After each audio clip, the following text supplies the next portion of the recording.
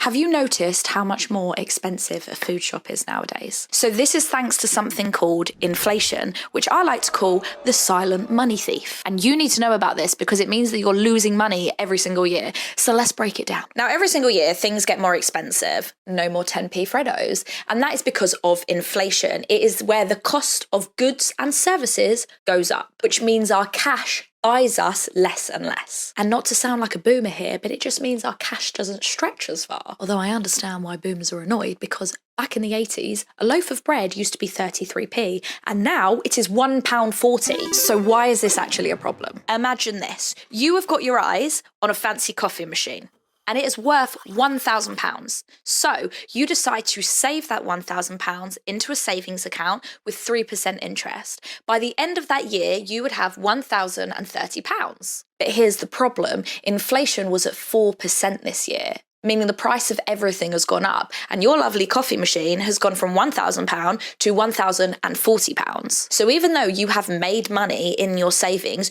you still can't afford the coffee machine that you saved for. Fuming, how are you going to get your oat milk latte? So when inflation is higher than your interest rate, your money loses its purchasing power, which means over time it can buy you less and less. So how do we avoid inflation? Now, unfortunately, you literally can't avoid inflation, but you can try and protect the purchasing power of your money. And this is where investing comes in. Now, when you invest your money into assets whereby the return that you make is greater than inflation, you are protecting your wealth. This is basically one of the reasons why we invest, which is to retain the purchasing power of our money by beating inflation. Now, if you have any questions on inflation, pop it in the comment below and we will come back to you.